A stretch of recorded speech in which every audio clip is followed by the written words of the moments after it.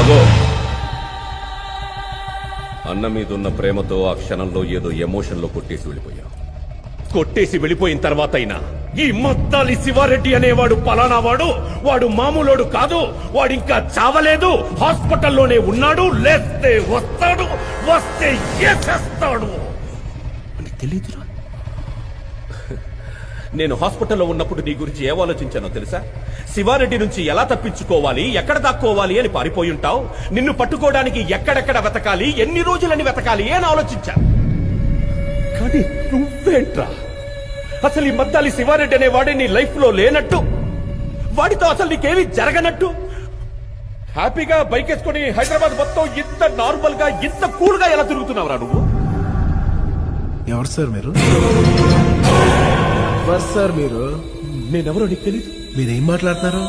మీరు ఎవరు అనుకుని ఎవరితో మాట్లాడుతున్నారు?